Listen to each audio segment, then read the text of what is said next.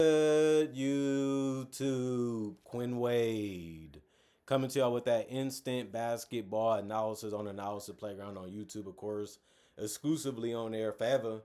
And we going to talk about the Philadelphia 76ers winning another game. This time is against a Western Conference opponent in the Dallas Mavericks on Analysis Playground on there on YouTube, and the Philadelphia 76ers won it 121 to 114. The Sixers 16-11, and they're 9-7 now at home after winning this one. They played at home in this one, and the Mavericks are now 11-18 and 3-9 on the road. Philly won the first quarter 38-33. They also won the second quarter 30-29. But all of that went away because the Mavericks won the third quarter 35-23. But Philly put them away with a 30-17 fourth quarter. Anthony Davis for the Dallas Mavericks. We're going to talk about them first. They played a small rotation, but Anthony Davis had scored 24 points. Of course, he finished at the rim and hit some perimeter shots, but he didn't hit any threes. He went 0-2 from 3 and went 2-2 from the free throw line and 11-20 from the field. Took the most shots on the team, 24 points, 34 minutes, 15 boards, a double-double. That's what he's capable of. 2 assists, 1 turnover, 1 block, 5 offensive rebounds, 3 personal fouls, and a -2 in plus minus. PJ Washington had it going inside and out. 30 minutes, 15 points, 6 of 8 from the field, 1 of 2 from 3, 2 of 2 from the free throw line. He also had 8 rebounds, 2 assists, and a block. He also had 1 offensive rebound and 3 personal fouls and was a -13 and plus minus.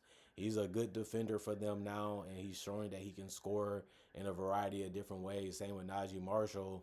Played 34 minutes. He gave them 22 points, which was much needed. They had to get it from somewhere. 9 of 12 from the field for him. He was really efficient. 4 of 4 from the free throw line. 9 rebounds, 4 assists, 5 turnovers, 2 steals, 2 offensive rebounds, 3 personal fouls, and a +16 in plus minus for him.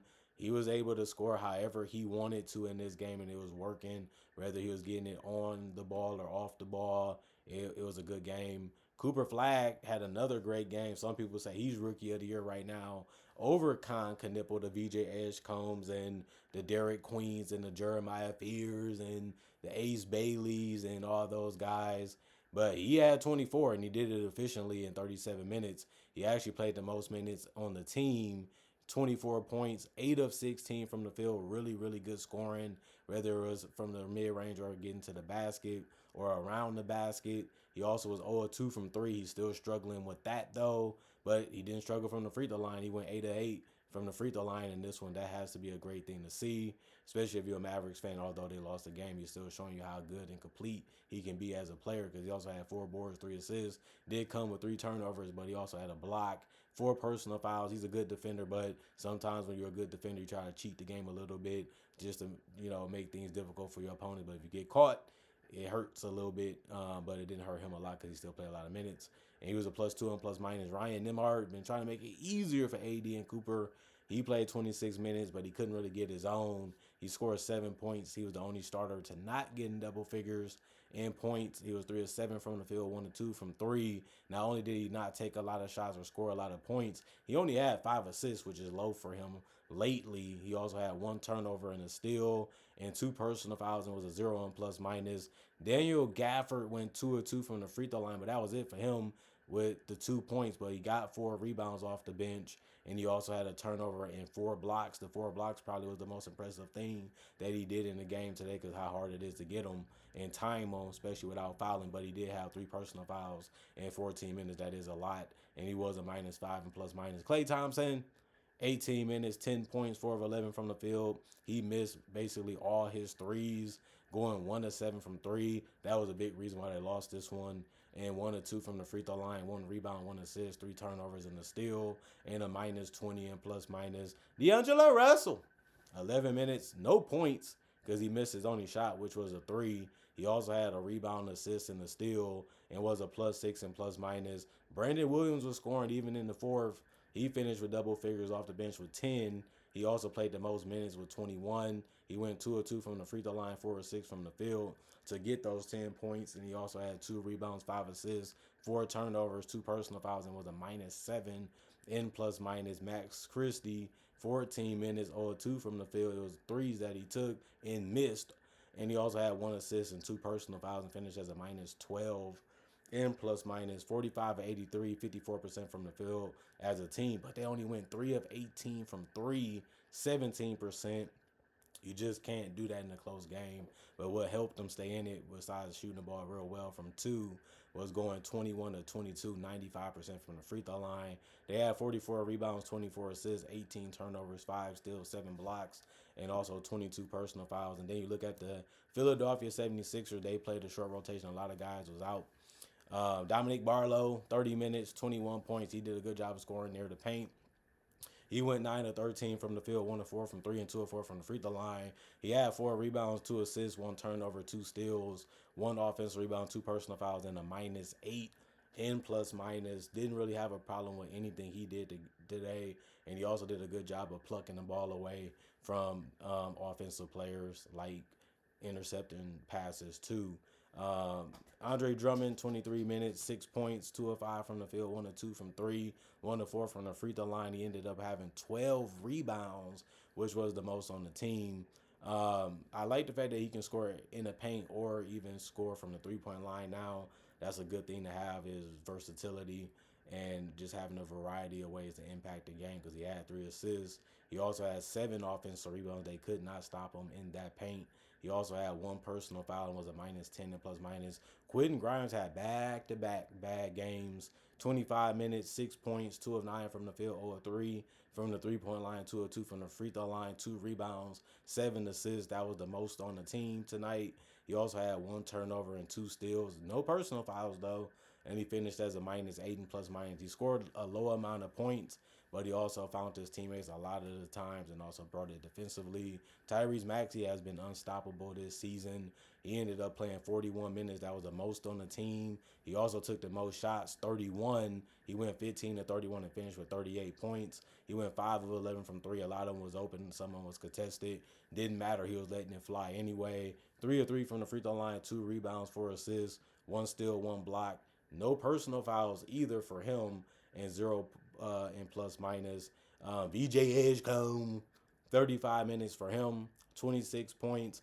That was the second most on the team because he took 21 shots. He made 10 of 21. You have to live with that. The problem was he went 3 of 11 from three. Didn't really have it going in this one, but that's why you attack the basket and get close to the rim and make some other shots and go 3 of 3 also from the free throw line. He also has 6 boards, 4 assists. The whole starting lineup had a rebounder more and an assist or more.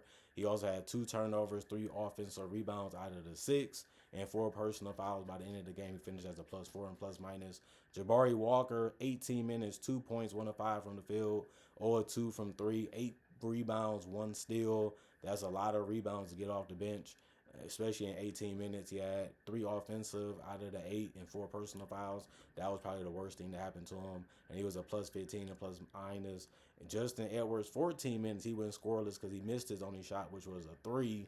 He also had 2 assists, 1 turnover, and a steal. Finished as a minus 4 and plus minus. And Bona got to get a block, but he also had a steal in 8 boards, tied for the most off the bench. He also went 5 of 6 from the free throw line for being physical in that area of the paint. 101 from 3 and 2 of 6 from the field for him, 10 points. You have to be happy he gave you double figures. He also has 2 personal fouls and was a plus 17 and plus minus. And the person that had the most points off the bench was Jared McCain.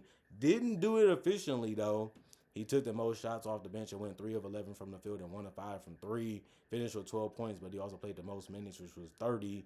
5 of 6 from the free throw line, 5 rebounds, 5 assists, 2 turnovers, 3 steals, and a plus 29 and plus minus. Other than that, they went 44 of 102, 43% from the field, while the Mavericks only took 83 shots. It didn't really matter much because they shot 54%.